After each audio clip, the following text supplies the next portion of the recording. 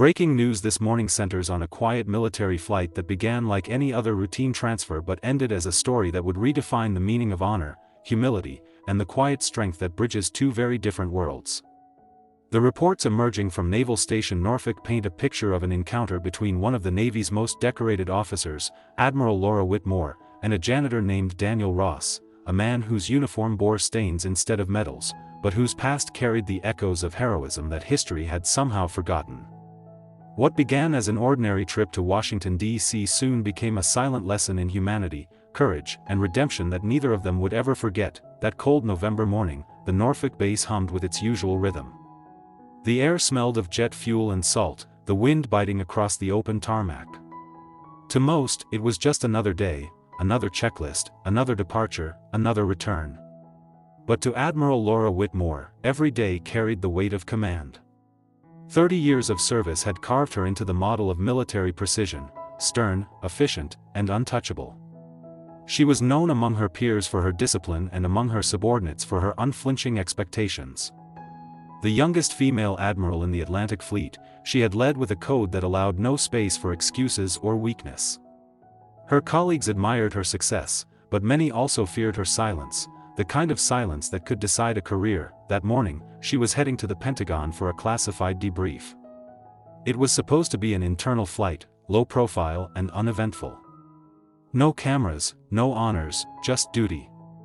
She preferred it that way. Control, she believed, was best maintained in quiet spaces.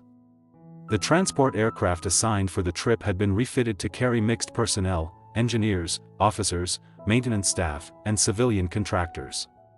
A strange blend of ranks, but such arrangements were common on short hops between bases. For Laura, however, the mix was inconvenient. She valued hierarchy, and the blurred lines of casual seating grated at her sense of order. Still, she took her assigned seat without protest, folding into the structured calm she had spent decades mastering. As she settled into the flight, her briefcase neatly tucked beneath her seat, Laura expected nothing beyond paperwork and the low hum of engines. That changed when the last passenger boarded, a man who didn't look like he belonged there. His jacket was worn, his jeans faded, and his boots carried dust from more than one hangar floor. At his side was a little girl with chestnut hair tied in uneven pigtails and a stuffed rabbit pressed against her small chest. She clung to his hand as they moved through the aisle, her eyes wide with wonder and innocence. Witnesses later described the moment as quietly striking, the contrast between the admiral's immaculate uniform and the man's weathered clothes. He smiled apologetically as he passed, murmuring soft, "Excuse me's," until he stopped at row 14. His boarding stub matched hers, 14B and 14C beside her 14A. When he looked up and met her eyes, there was no trace of intimidation in his expression. Just calm politeness. "Looks like we're seatmates, ma'am," he said simply. His voice was low and steady, carrying an ease that didn't match his worn appearance. Laura gave a brief nod, her tone clipped as she replied, "Apparently." She didn't mean it unkindly, but distance was her default setting. He helped his daughter settle into her seat before sitting beside the admiral. The girl peered out the window, her face glowing with childlike curiosity. "Daddy, how high do we go?" she asked, her voice a small bell in the quiet cabin. "High enough to see where angels nap," he whispered back with a smile. The passengers nearby chuckled softly. Even Laura felt the corners of her mouth twitch, but she stopped herself. Emotion, she often reminded her officers, was a distraction. As the engines roared to life and the aircraft lifted, Laura tried to focus on the maintenance report spread before her. The incident she was due to address had shaken her fleet, a lapse in routine safety checks that had nearly cost several sailors their lives. Someone had failed in their duty, and she was flying to ensure accountability. The Navy demanded perfection, and she had built her entire career ensuring nothing less. Yet, despite the numbers and data on the page, her attention kept flicking toward the man beside her. His posture was straight but relaxed. He didn't seem nervous or uncertain. Every gesture, from how he soothed his daughter's fears to how he tucked her small blanket in place, carried quiet confidence. The turbulence hit 20 minutes later, a sudden jolt that made a few passengers gasp. The little girl whimpered and reached for her father's arm. He leaned down, murmuring something softly until she calmed, her head eventually finding a resting place on his shoulder. The cabin settled again into rhythm. Laura pretended to read, but her focus slipped when she noticed the girl's small hand resting across her father's chest, his other hand protectively covering it. For reasons she couldn't explain, the sight touched something deep within her, something she hadn't felt in years. Then came the spill. A slight bump of the tray, a startled gasp, and a stream of orange juice splashed across Laura's polished white shoes. The little girl froze, her face flushing red as tears welled in her eyes. "I'm sorry," she whispered, her voice trembling. The father reached for napkins, his movements swift and apologetic. "Ma'am, I'm really sorry." "She didn't mean," he began. But before he could finish, Laura raised her hand slightly. "It's fine," she said quietly. The word surprised even her. "It's just juice." Witnesses recall how the tension dissolved instantly. The janitor, though no one yet knew his name or rank, smiled gratefully, his eyes holding a flicker of respect. "Thank you, ma'am," he said simply. And in that small exchange, something shifted. The line between rank and respect blurred. It wasn't an officer and a janitor anymore. It was just two people, one who carried the burden of command, and one who carried the quiet dignity of survival. As the flight continued, whispers spread among the passengers. A few recognized the man. His name wasn't just Daniel Ross. Years ago, he had another name, a call sign that once echoed across military channels. He had been a pilot, a good one, until tragedy struck and sent him down a different path.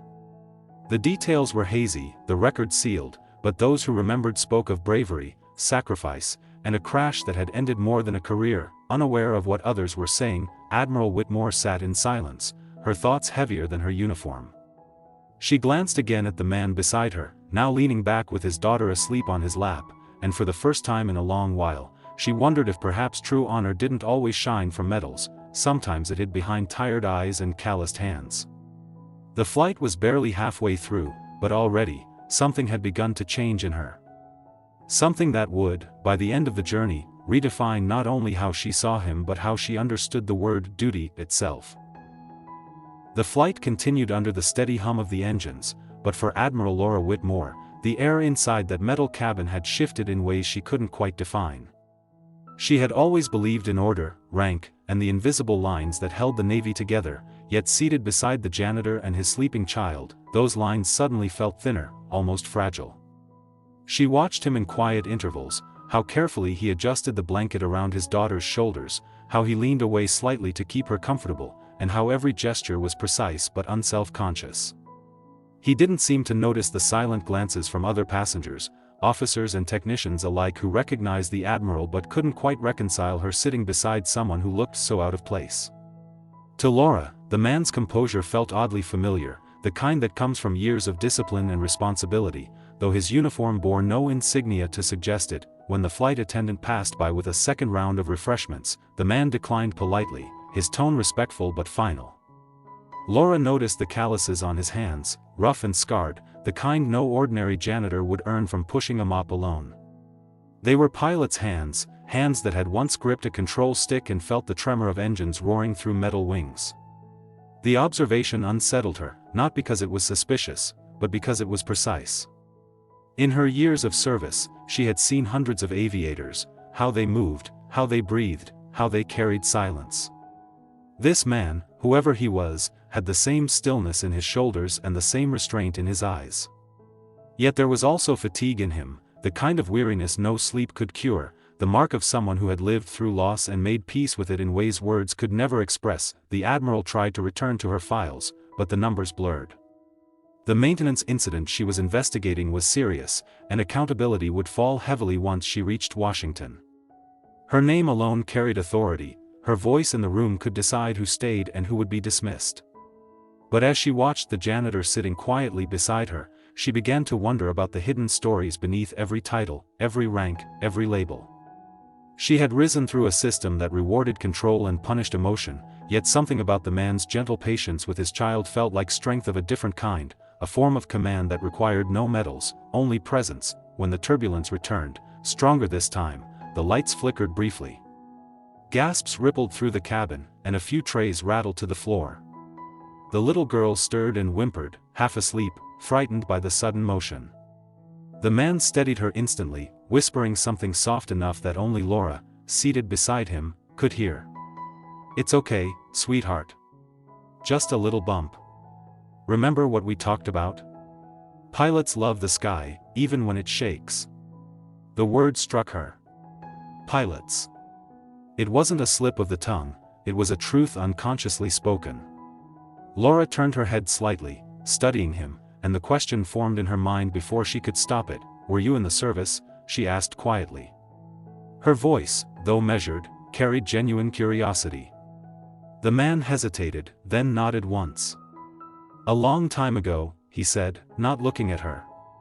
His gaze remained fixed on the window, where the clouds stretched in endless white bands across the horizon. "Not anymore." There was no bitterness in his tone, no self-pity, just acceptance. "Maintenance now," he added after a pause, as if to close the subject. Laura understood the silence that followed. It was the kind that came from memories too heavy to unpack mid-flight. Still, something in her refused to let it go. "You flew," she said, more statement than question. He didn't answer, but the faintest trace of a smile tugged at the corner of his mouth. "Used to," he said at last, "back when call signs meant something and the world was louder." The rest of the cabin drifted into routine chatter, but for Laura, the flight had turned into something deeply personal. She had spent decades saluting ranks, enforcing regulations, commanding missions, but now, seated beside a man who had once lived the same life and lost it quietly, she found herself questioning what all the formality truly meant. The Navy taught its officers that duty was everything. But duty, she realized, was different for each person who served it. For her, it was command and sacrifice. For him, perhaps, it had been endurance and humility. When the flight attendant brought coffee, Laura ordered 2 without thinking. She placed one on the man's tray. "For you," she said simply. He looked surprised but nodded his thanks. There was no awkwardness in the exchange, just an unspoken understanding between two people who had worn the same burden under different uniforms. She asked no further questions, and he offered no details, but the silence between them grew comfortable, like the calm between distant thunder and rain. As the flight neared its descent, a soft announcement came over the intercom, and passengers began gathering their belongings. The little girl stirred again, rubbing her eyes. "Are we there, Daddy?" she mumbled. "Almost, Angel," he said softly. Laura turned slightly toward them. "She's brave," she said, surprising herself with the gentleness in her tone. "She takes after you." The man chuckled faintly. "She's stronger than she knows," he said. "Kids always are."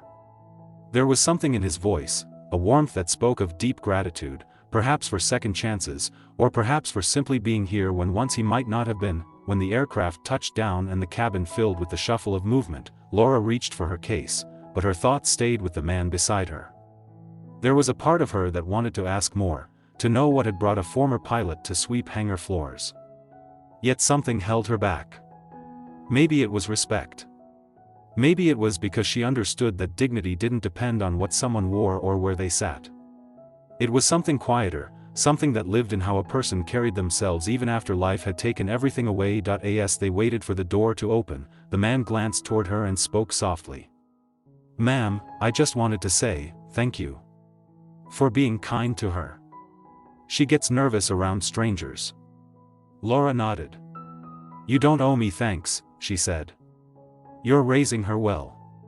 He smiled at that, his eyes tired but sincere. "Just trying to teach her what matters," he said. "Not rank. Not medals. Just kindness."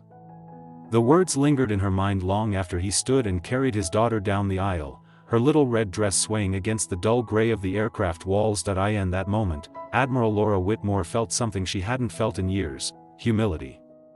The kind that comes from realizing that the world isn't divided by uniforms or titles but by compassion and courage.